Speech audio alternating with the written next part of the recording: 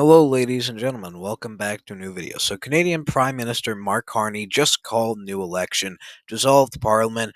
Canada will vote for the next government to lead them on April 28th, 2025. So, currently, it seems like Carney is in a pretty good position, especially considering that, actually, that's the wrong tab. Considering that it used to look this bad just 2 months ago.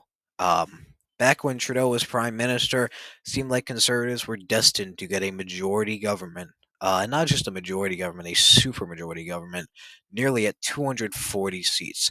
That is unheard of. Even in some of the biggest landslides ever, which we will be showing in this video, it was very hard to get anything close to that.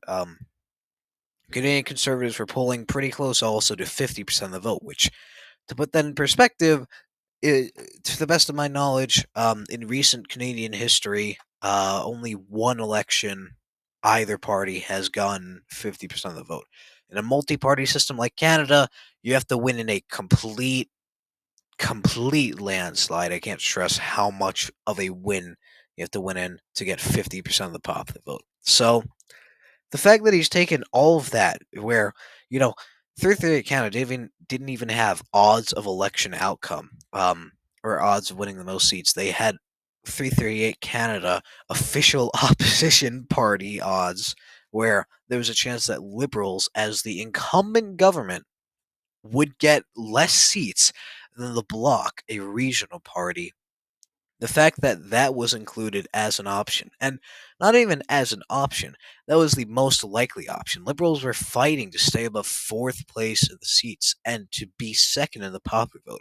The NDP, which now is at a measly 11%, and I think here like 7 seats, yes, 7 seats, was nearly beating the incumbent government in the popular vote.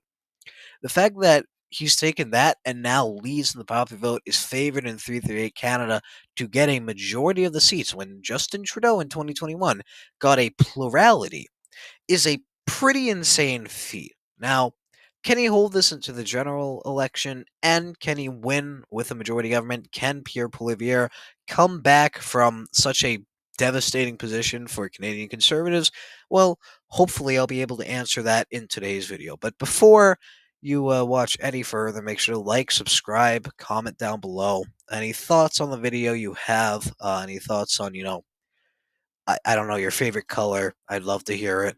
Um, Share with your friends, become a member if you really support the content, which, after this wonderfully put together video on Canadian politics uh, by an American, I hope that you'll be that enthralled with my content that you'll decide to purchase a membership. But, I'm not going to force you to. If you're not fully confident in my content, I'm confident enough, no, I'm not, to say that you can watch a few more videos. But before we get into any of that, before we line up your next video, the next video you're gonna watch. Why don't we get into this? So currently, it's looking. What the? Okay, I don't know why we were in the Arctic Circle for a little bit there. But currently, it's looking pretty dire for Canadian Conservatives.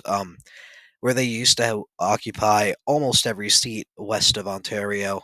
Now they're even losing seat count in Manitoba, barely running it up in Alberta and Saskatchewan. You see all these seats here. Besides for 1, 2, all these seats are conservative seats. So all of these seats are now put in danger because of how far the conservatives have fallen. Conservative incumbents, 1, 2, 3, 4, 5, 6, 7 seats could flip from conservative to liberal. In Alberta, the most conservative province, when there was one seat that could flip from conservative to liberal throughout this entire campaign. This seat in Saskatchewan, because it was redistricted. But you've seen the NDP completely collapse, where they used to control almost every seat in Vancouver that the Conservatives didn't win. Um, Now they're relegated to one seat, which might even go to the Liberals at the end of the day. Well, Liberals have picked it up in British Columbia. Um, they're sweeping the territories. They're doing pretty good in Ontario, sweeping nearly everything in Toronto when they were favored to win maybe 2, 3 of these seats.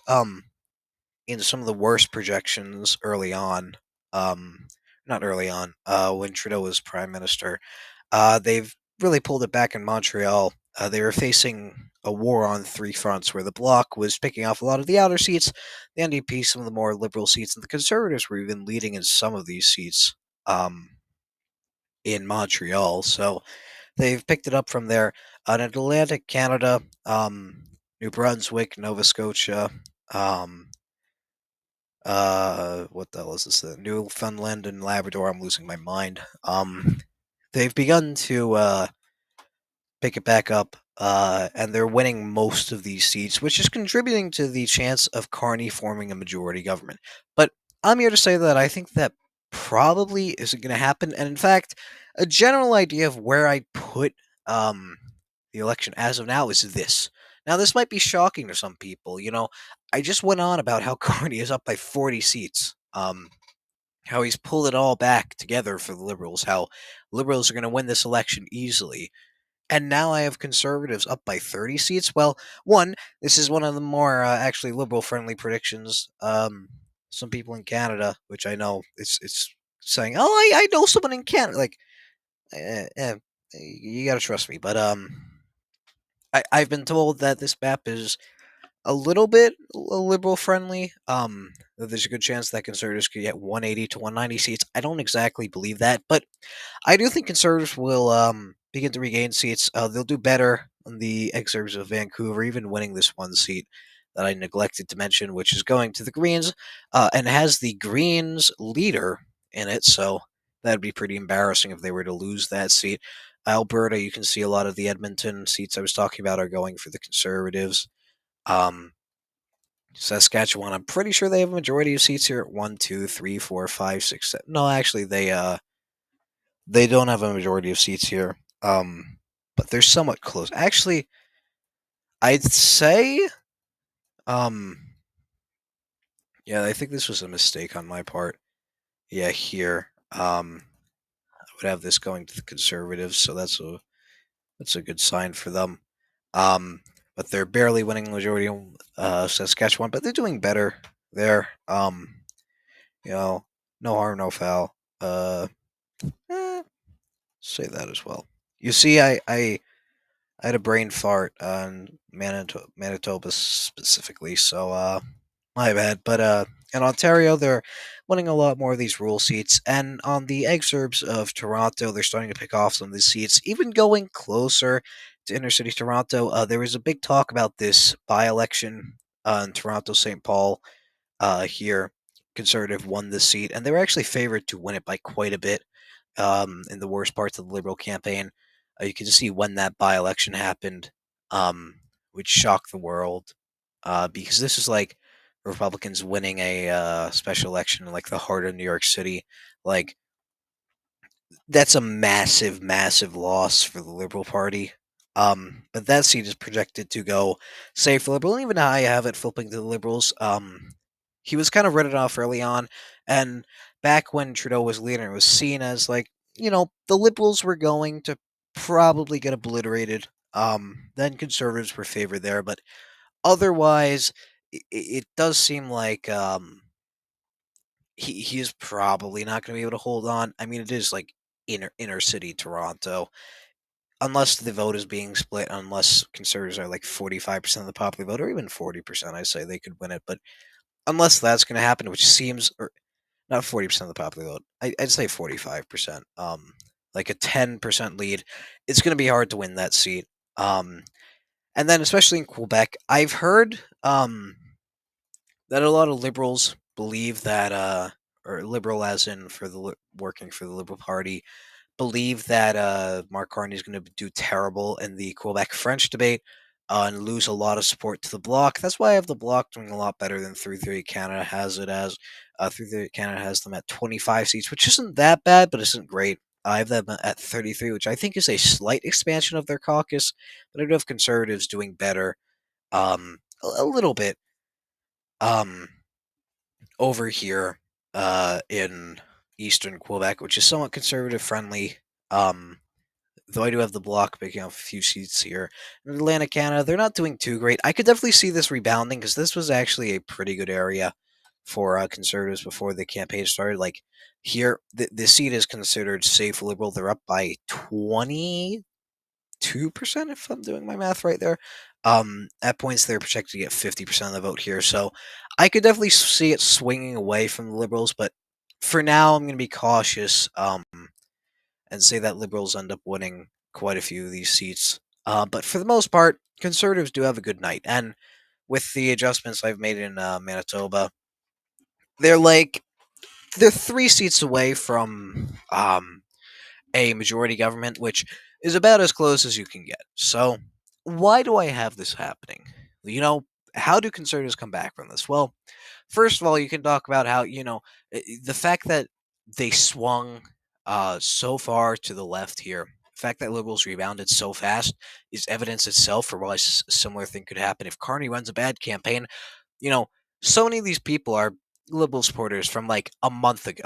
Like they were conservative or NDP a month ago, but then they flipped to liberal. So if Carney runs a bad campaign, if Carney, has the same flaws as Trudeau, um, still that general dislike for the Liberal Party after 10 years, if that clutches itself onto him, and if he is defined by being the leader of the Liberals, which the Liberals are an incredibly unpopular party, it can go bad for him real quickly. But I also have 2 examples. 1984, um, before this election, we actually had a familiar name, Pierre Trudeau, as Prime Minister. Justin Trudeau's father. Um, you wonder where Trudeau got his notoriety from. Well, it's because his father won in a landslide. He was actually prime minister before this, but he lost in 1979. But 1984, he was incredibly unpopular. So he was replaced. But his replacement, John Turner, went up in the polls a little bit. I can't find them on Wikipedia, so I will say this is the Liberal Sergeant polls. Does it look familiar? The Conservatives go straight down, the Liberals go straight up. The Liberals lead in the popular vote for a little bit. Then John Turner calls an election, and whoop, he completely collapses, and the Conservatives go on to win a majority of the popular vote. This is what I was referencing earlier on, and a complete landslide over the Liberals, getting 211 seats, which, I mean, this was 282 seats in the House of Commons. Canada currently has 343, so it's around where Poilievre was way back when Trudeau was leader. Like it's about equivalent to the 238 number shown on the highest projection for conservatives here. So it, it's not a good performance for liberals. But the main thing is when you replace a prime minister, they go up for a little bit. People start to warm up to the idea of voting for them. Once an election is called, and once it becomes a serious possibility, that they can be elected rather than just a rally around the flag effect or seeing the best in a candidate, they collapse. For Americans, think of it around the same as Kamala Harris' surge in August. Obviously, not the same. I do think it's different than that, but you can think of it the same way as everyone saw the best in Kamala Harris, but when the election campaign dragged on, it started to become a lot more serious where people actually had to weigh the options voting for Kamala Harris or voting for Donald Trump, and they ended up picking Donald Trump by and large. So another good example is 1993. This one actually has a polling aggregate, but you had an unpopular prime minister. Guess who it is? Brian Mulroney. Yeah, he won a majority in 1988, but by 1993 he was despised. So he ends up resigning. Kim Campbell becomes leader of the Progressive Conservatives.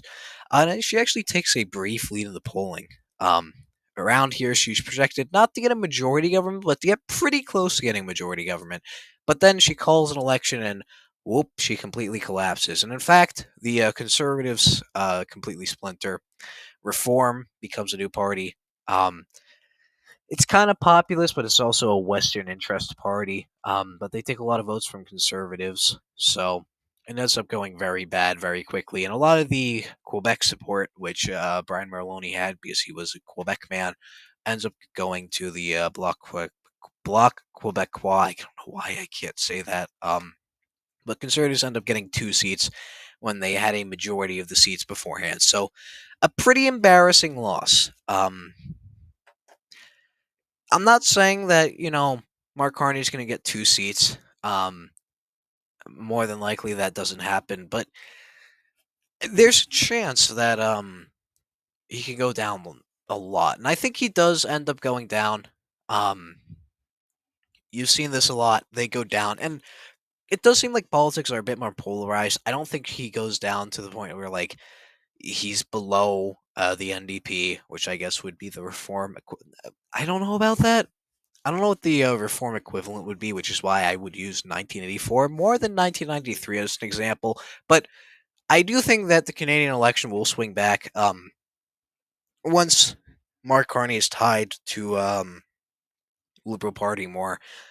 I think it'll reverse itself probably. I will say if Pierre Poilievre runs a bad campaign, this is not going to reverse itself. We'll know pretty quickly. We'll know within the first 2 or 3 weeks how this campaign is going to play out because there's not too much longer than 2 or 3 weeks. It's 37 days of a campaign period. So if Pierre can't reverse it quickly, he can't reverse it at all. The campaign period isn't that long. The U.S. you had a presidential election campaign for about a year straight, since the nominations were locked up that quickly. And even though Harris became the nominee, even so, she really didn't have a nomination contest for that long. So we had a presidential election for about a year straight. Canada, you kind of had some maneuvering behind the scenes, but for the most part, once this election is called, which it has been called, that's the campaign period. They really haven't been campaigning that much beforehand. Um, it's mostly like political gamesmanship and maneuvering yourself and attacking the opposition. But for the most part, this is when the campaign begins, and we'll see how the campaign goes from now on. And if Pierre runs a terrible campaign, I do think the Liberals will probably get a minority. I still think majority territory is closed out of the question. Based on current polling, yeah, I agree with 338 making the call that Liberals will get a majority. But I will say, I definitely think that this polling will begin to go down, and you've already seen it in some polls. The Liberals have started to go down a little bit, and even if they go down 2% or 3%, then they're out of majority territory. So I think more than likely, Liberals having majority government is out of the question. I'd put the odds around 20 to 30% chance that the Liberals form a minority government, and that's okay for them. The Bloc and the NDP should be fine with them, and shouldn't be trying to vacate them like they were trying to vacate Justin Trudeau. I'd say like another 20 to 30, maybe 40% chance that the Conservatives form a minority government, which would be bad for them. Um, because in that scenario, the Bloc and the NDP would be crawling up their ass all the time, and there'd be a good chance that when Pierre puts forth the budget resolution, it would be defeated, which would call another election like 9 months or 10 months, um, which would be bad because he would probably lose that. Um, and I'd say like 40% chance that conservatives can form a majority government. I mean, it's down the wire here. 169 is very close to a majority government, and you're at the point where a few good by-elections for conservatives and they will get a majority government. This is like if the House is 218 to 217, and half the seats that are up uh for the special elections are competitive seats. So you can definitely he can be okay if he gets a pretty narrow, and by narrow I mean like barely below 172 minority government, but anything else, and it's going to be pretty hard for him to govern. But if he gets a majority government, I'd say Pierre has won. That's around what he wants. And I think he's got a decent chance at getting it. I'd say he falls short as of now, but this can change a lot. And I will be doing more predictions for this. This isn't by margin. Obviously, I don't think that every seat will vote for their respective candidate by over 10%.